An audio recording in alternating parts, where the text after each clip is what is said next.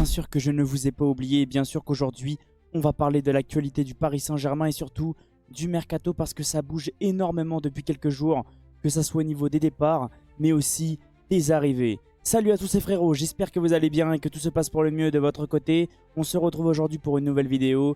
Je vais vous relayer toutes les informations qui sont sorties concernant le Paris Saint-Germain depuis quelques jours. Mais avant que la vidéo commence, merci à tous ceux qui vont liker, commenter, partager et s'abonner.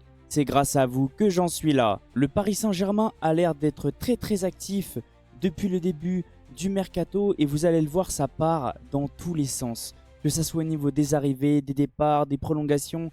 Sincèrement, le PSG a l'air d'être actif, même si oui, on a vécu une saison historique, une saison incroyable. Je pense que Luis Enrique a quand même envie de renforcer son effectif. Et là, on va déjà se concentrer sur une information qui m'a un petit peu surpris. Mais pourquoi pas, selon Le Parisien, c'est bien Paris SG Info qui l'a relayé, les discussions ont bien avancé avec Lucas Chevalier. Et là, il y en a qui vont me dire, mais pourquoi tu parles de Chevalier? Un projet parisien qui l'attire parce que Paris devient l'endroit où il faut être. Olivier Le Temps a fixé un prix conséquent, près de 70 millions d'euros. Luis Enrique et Luis Campos sont convaincus que Lucas Chevalier a l'épaisseur pour grandir et s'affirmer dans le but du Paris Saint-Germain. Concernant Donnarumma, 2 blocages pour sa prolongation. Et ouais, c'est compliqué un petit peu en ce moment au niveau du dossier de Donnarumma. Les négociations entre Luis Campos et l'entourage de l'Italien, elles ne sont pas fluides. Elles avancent, puis elles reculent. Sincèrement, c'est pas une bonne nouvelle. Dans une dimension temporelle qui se résume par à prendre ou à laisser. Surtout que le patron du secteur sportif juge que les meilleures saisons de l'Italien interviennent quand il est en fin de contrat. Comme s'il voulait envoyer des signaux à sa direction. Il n'a pas tort parce qu'à chaque fois que Donnarumma commence à être un tout petit peu mieux, que ce soit au niveau des arrêts, au niveau de son jeu au pied, c'est souvent soit en fin de saison, soit dans des matchs importants et ça c'est une bonne nouvelle, mais aussi quand il est en fin de contrat. Luis Enrique n'a jamais pu choisir un gardien numéro 1 et qu'il veut également mettre la main sur ce dossier. Donc, il n'est plus interdit de penser que le temps de la séparation soit arrivé entre Donnarumma et le PSG après le mondial des clubs. Moi de mon côté, j'aime énormément Donnarumma, bien sûr. C'est un gardien qui a énormément apporté au Paris Saint-Germain. C'est un gardien qui a offert la première Ligue des Champions de l'histoire du PSG parce qu'il a fait des matchs exceptionnels, que ce soit contre Aston Villa, Arsenal, Liverpool. Mais là, si ça coince un petit peu et que ça commence à devenir compliqué et qu'il a envie d'aller voir ailleurs, comme Luis Enrique l'a dit, si tu n'as pas envie de jouer avec le Paris Saint-Germain, il faut tout simplement que tu partes.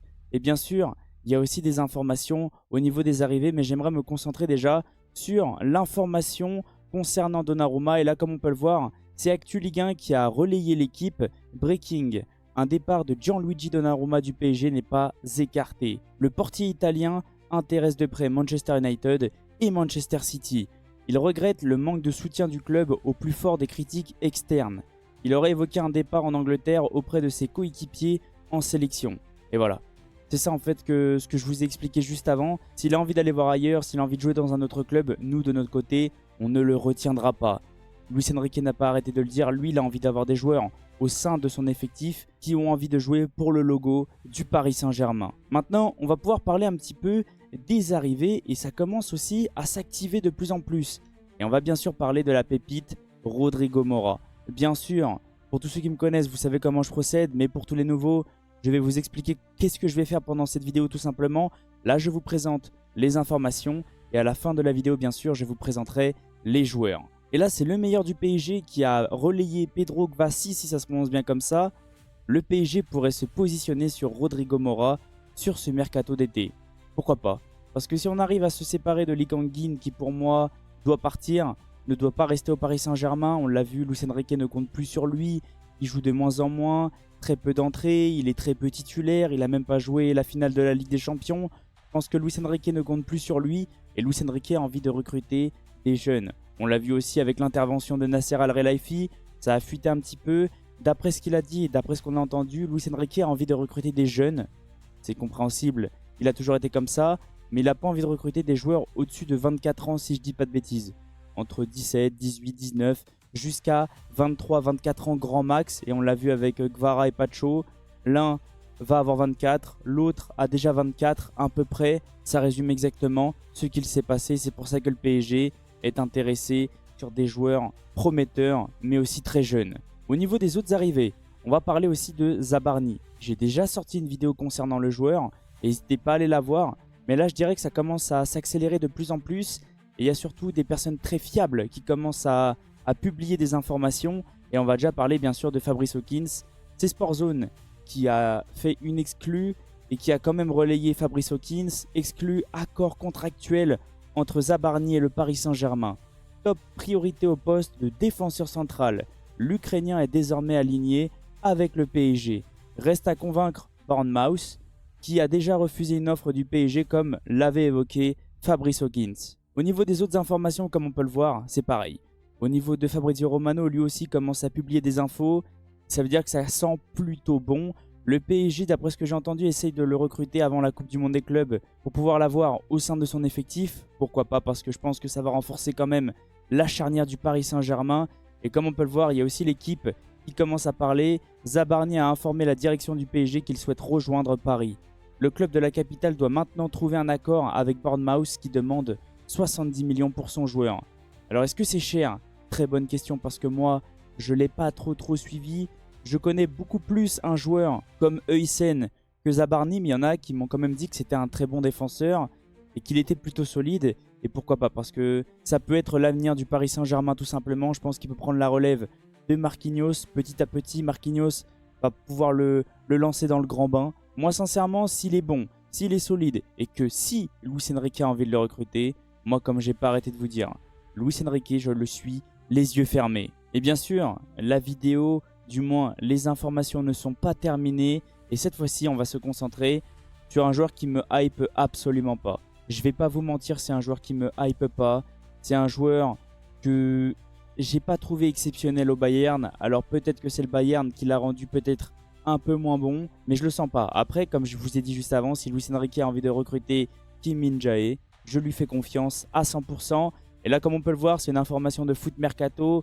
Santiauna a travaillé avec Kassé Josué, si ça se prononce bien comme ça. Selon Foot Mercato, exclu FM, Luis Campos a rencontré l'agent de Kim Min-jae.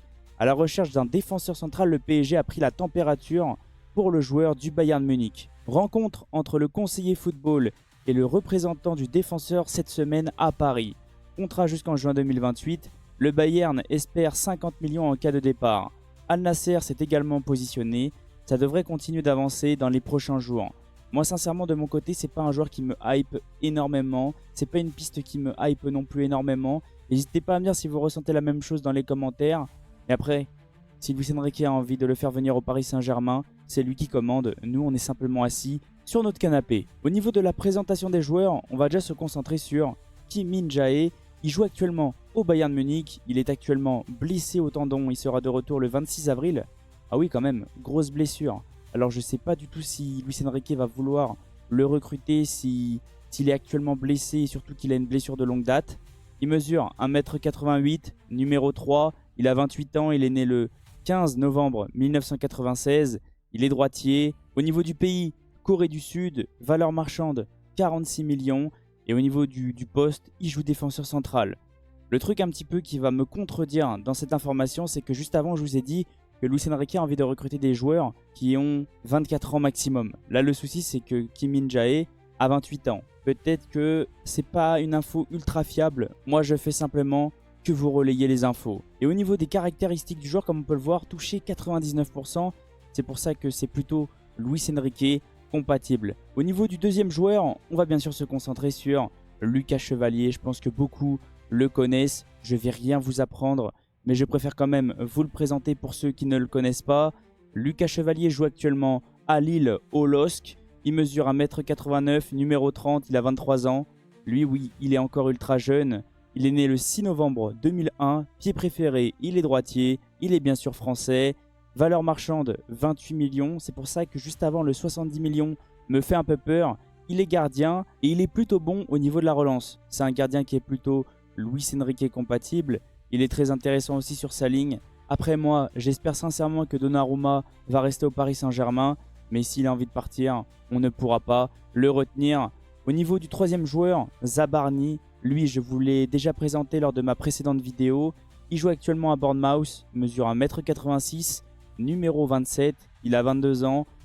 Il est né le 1er septembre 2002, pied préféré, il est droitier, il est ukrainien. Et c'est pour ça aussi que ça coince un petit peu à cause de Safonov, à cause du problème Ukraine-Russie.